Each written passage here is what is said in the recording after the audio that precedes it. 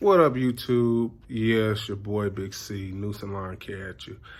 Hey, it is December, I think 27th, a couple of days after Christmas. I was supposed to did this. I was supposed to change the oil in my standard B 48-inch stand-up mower. I don't know if y'all seen the video how I did big box lawn supply company versus small mom and pop store. And I was explaining to you in there about how here in the South Suburban Chicagoland area, in my area, we have a lot of the lawn care guys. We go to Bonanza over here in Dolton.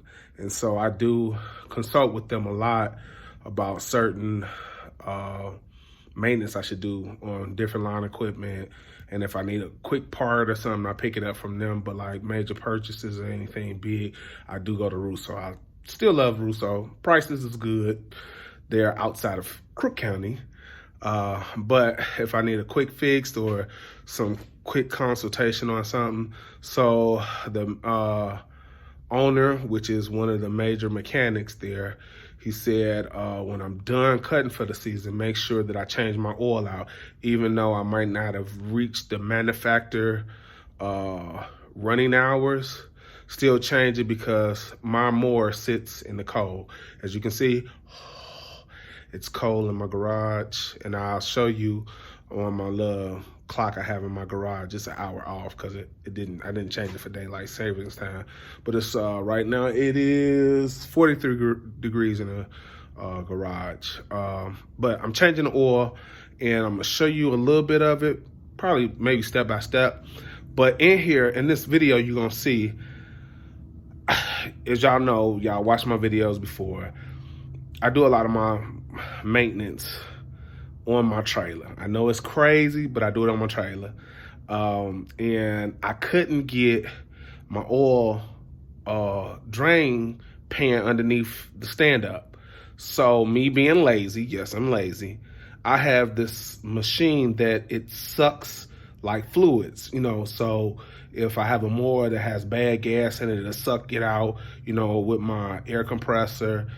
And with my oil, I can stick it down in the drain, in the the dipstick part, and suck all the oil out. And then I'm still open up the drain port on the side of the standard B, make sure I got majority of all the oil out. But I'm gonna show you, I'm gonna flip the camera in a few seconds and show you how it works. But I've used it twice. In one video, I had got a power washer that had been sitting like 5 years, and the gas was bad, so I just had to drain the gas and drain out the oil and put new fresh stuff in. But this tool, you need to have it in your shop, your garage, or whatever. It makes changing oil real simple, easy, and I could either pump it by hand, or I can use my air compressor hose, hook it up, turn a little nozzle, and it sucks all the fluid out. So I'm gonna show you. I did start my mower up because I don't want the oil to be super cold. I started it red in a few minutes. And so I'm gonna suck this warm oil out of the engine into this device, take off the fuel filter and stuff like that. And I just want y'all to watch as I go step by step. All right, check it out. So here go my little clock. It's got the percentage of humidity, which is 81%, or whatever they call it. And then you see the temperature is 43 degrees. It's not 302 here in Chicago, it's actually 202. I didn't change my clock, and it is Wednesday. All right, so check this out. All right, so I did start the mower up, as I said. This is a new battery. I just replaced it in November, but I'm gonna have to trickle charge it or something. With it sitting in this weather, it does go bad. It did go, or died down. But yeah, here go the device right here. I can't think of the name of it right now off the top of my head. It's probably on here. But it's pretty much, it sucks all the oil and fluids out for you. It goes in there. I did get it on Amazon, so I am gonna put the link down there at the bottom to it. I done had it about maybe 2 years, a year. But yeah, you stick this into the drain, you know, where you measure the oil at, and it'll suck all the oil out. You can either pump it, you hear it, or you can hook it, line from your air compressor here and just turn the nozzle and start sucking it out. As you can see, my air compressor is very small. So, but yeah, this device here will help me get the oil out, and you just stick it right up in there, and I'm gonna show you how it works. But yeah, I got this a couple of years ago. And we'll see from there. All right, so I done took the dipstick out. I set it over here. Here go my little rag. Hey, make sure y'all keep rags in your garage. You never know when you need them. So you take this, stick it down there. I guess as far as you can go. I don't know if it's gonna go as far as I need it to. If push, oh no, look at that. See all that oil? So I still might need to, here go my drain port right here. I'm gonna still drain some oil from the drain port, whatever doesn't come out. And here go my air compressor line. I got my air compressor, it built up pressure, but I know it's gonna probably pop on again. So excuse the noise. And then I'm gonna show you how it works. I hope I got the valve. Yeah, the valve is cut off.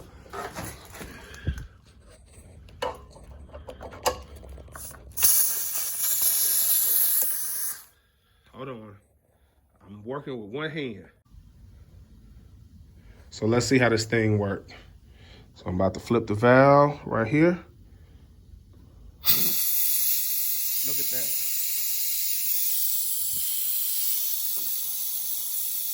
This oil is a little warm, it's not super hot.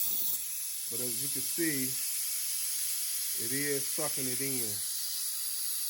I don't know why I'm losing air, but it's doing its thing.